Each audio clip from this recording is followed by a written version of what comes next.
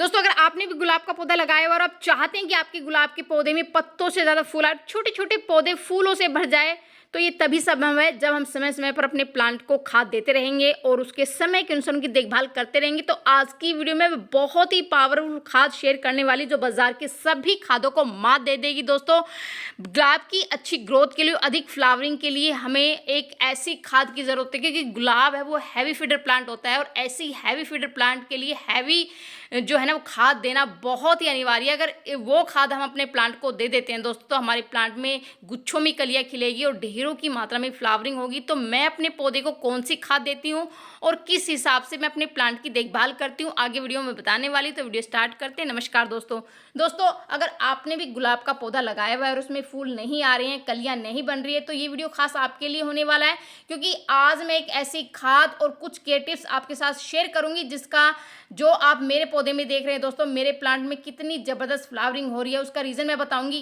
कि ये जो इतनी ज़्यादा फ्लावरिंग का कारण क्या है, वो खास टिप्स मैं आपके साथ शेयर करूंगी दोस्तों। क्योंकि अगर उस टिप को आपने नहीं भी फॉलो कर लिया, तो आपके प्लांट में भी इतने गुच्छों में फ्लावरिंग होगी, बहुत ही भर भर के फ्लावरिंग होगी। क्योंकि मैं अपने प्लांट को मौसम के अनुसार खाद देती हूँ दोस्तों, क्योंकि मौसम के हिसाब से अगर हम देखभाल करते हैं और मौसम के हिसाब से अगर हम खाद डालते हैं, तो हमारे प्लांट में उसका ज़्यादा फायदा देखने को मिलता है। उस हिसाब से हमारे प्लांट में बहुत ही अच्छे से फ्लावरिंग होती है और बहुत ही बढ़िया जो है इसमें ग्रोथ बहुत बढ़िया होती है। आप देख सकते हैं मेरे प्लांट में किस तरह से गुच्छों में कितनी मोटी मोटी कलियां बनी हुई है, गुच्छों में फ्लावरिंग हो रही है। तो उसका क्या कारण है, इस तरह से गुच्छों में फ्लावरिंग होने का, इतने बड़े बड़े साइज के फूल आने का, उसका क्या कारण है दोस्तों, वही मैं बताने वाली दोस्तों। तो सबसे जो मेन जो टिप होती है, अगर आपने अपने प्लांट की प्रूनिंग नहीं की अभी तक, तो प्रूनिंग ज़रूर कर दी दोस्तों। क्योंकि मैंने अपने प्लांट की जो प्रूनिंग है वो अक्टूबर के 10-12 अक्टूबर के आसपास की थी, और बहुत ही जो है ना बिल्कुल हार्ड प्रूनिंग की थी। मतलब बिल्कुल हमने अपने प्लांट को की प्रूनिंग करने में मैंने कोई कंजूसी नहीं की, अच्छे से मैंने प्लांट को कट कर दिया था। आप देख सकते हैं कितनी ज़्यादा मैंने इसकी जो निकाल दिया, बिल्कुल प्रूनिंग कर दी। उसकी मैंने बहुत सारी कटिंग भी तैयार कर ली थी।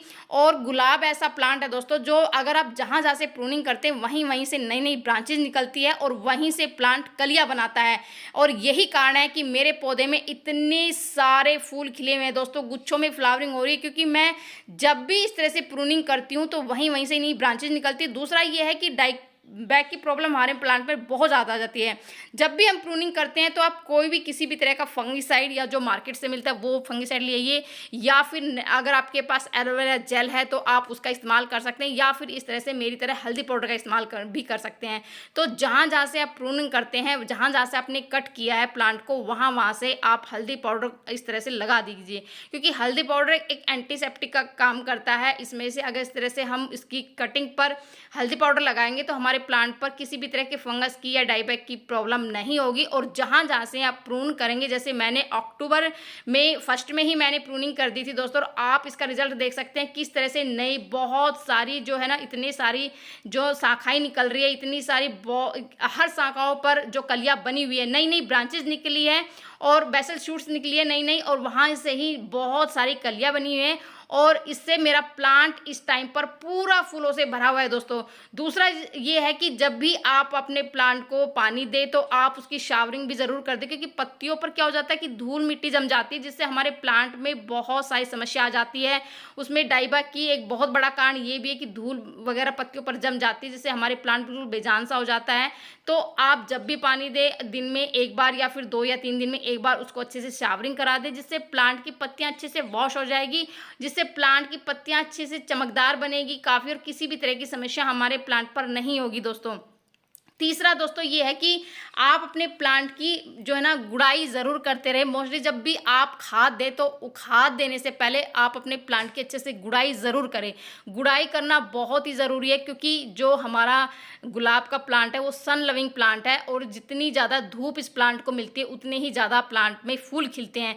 तो आप अपने प्लांट को कम से कम 6 से 7 घंटे की धूप में रखें। और हम इस तरह से इसकी गुड़ाई करते हैं तो उसकी जड़ों को भी प्रॉपर ऑक्सीजन मिलता है, सूर्य का प्रकाश मिलता है, जिससे प्लांट में किसी भी तरह की समस्या नहीं आती। उसकी जो रूट्स हैं वो एक्टिवेट हो जाती है, उसमें रूट की ग्रोथ बहुत अच्छी होती है, रूट में किसी भी तरह का फंगस नहीं लगता, क्योंकि इसमें प्रॉपर ऑक्सीजन हमारे रूट्स को, प्लांट की रूट्स को मिलती रहती है। और हम जो भी हम खाद डालते हैं उसका पूरा न्यूट्रिशन प्लांट को पहुंचता है, जिससे हमारे प्लांट की ग्रोथ तो होती है अच्छी है, साथ में उसमें बहुत ही अच्छे बड़े बड़े साइज के फूल खिलते हैं। और दोस्तों, अगर आप चाहते हैं कि आपके प्लांट भी इस तरह से फूलों से भर जाए और काफ़ी बड़े बड़े साइज के फूल खिले और पत्तों से ज़्यादा फूल खिले, क्योंकि मेरे प्लांट में तो ये हो रहा है कि इतने ज़्यादा फूल खिले हैं इस टाइम पर, और जो खाद मैं डालती हूँ वो ही मैं बताऊंगी दोस्तों। बहुत ही, क्योंकि गुलाब एक हैवी फीडर प्लांट है और उसको हैवी खाद ही हमारे प्लांट को चाहिए होती है। जो तो आज मैं कौन सी हैवी खाद आपके साथ शेयर कर रही हूँ, तो इसके लिए मैंने ली है सड़ी हुई गोबर की खाद। 2 से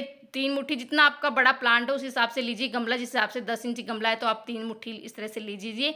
8 इंची गमला है तो आप 2 मुट्ठी आप ले सकते हैं। तो इस तरह से सड़ी हुई गोबर की खाद ले लीजिए, या फिर वर्मी कंपोस्ट का भी इस्तेमाल कर सकते हैं, क्योंकि इसमें बहुत सारे माइक्रो न्यूट्रिशन होते हैं हमारे प्लांट की अच्छी ग्रोथ के लिए, अच्छी फ्लावरिंग के लिए बहुत ही ज़रूरी है दोस्तों। किसी भी तरह की कमी हमारे प्लांट में होती है, किसी भी न्यूट्रिशन की कमी होती है, तो इस खाद से वो कमी पूरी हो जाती है। तो इसमें मैंने सड़ी हुई गोबर की खाद ली। दूसरी चीज़ जो दोस्तों मैं ले रही हूँ, ये नीम खली ले रही हूँ, क्योंकि हमारे प्लांट में फंगस की समस्या बहुत आ जाती है, और नीम की खली खाद का काम तो करती करती, साथ में एक नेचुरल फंगिसाइड भी है।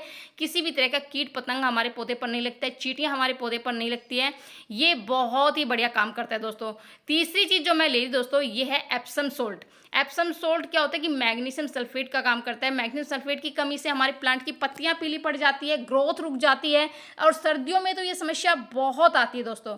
तो आप 1 चम्मच एप्सम सोल्ट का इस्तेमाल ज़रूर करें इस टाइम पर, तो वो बहुत बढ़िया काम करेगा। उसके बाद दोस्तों, मैं सूखे हुए केले के छिलके ले रही हूँ।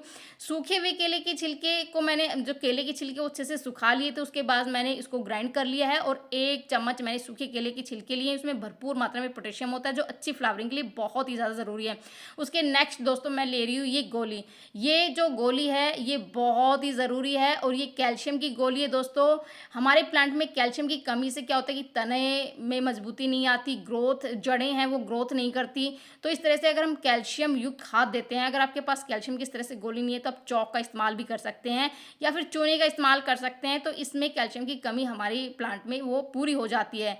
तो मेरे पास तो इस तरह से एक्सपायर्ड ये कैल्शियम की गोली पड़ी हुई थी, और इन्हीं का मैं इस्तेमाल कर रही हूँ, और हर टाइम पर मैं इनका इस्तेमाल करती रहती हूँ। इधर उधर फेंकने से अच्छा है मैं अपने प्लांट में इस तरह से दबा देती हूँ, इस तरह से पाउडर बनाकर प्लांट में डाल देती हूँ, जिससे मेरे प्लांट में बहुत ही अच्छे से ये फ़ायदा बहुत करती है। तो इन सभी चीज़ों को अच्छे से मिक्स कर लिया है, और गुड़ाई तो मैंने अपने प्लांट की पहले से ही की हुई है। गुड़ाई करने के बाद हम ये खाद अपने जितने भी हमारे गुलाब के प्लांट हैं आप उसमें डाल दीजिए। और ऐसा नहीं है कि आप इसको गुलाब के प्लांट में डाल सकते हैं, आप इसमें गुड़हल, अपराजिता, कोई भी फ्लावरिंग प्लांट हो इसमें आप डाल सकते हैं।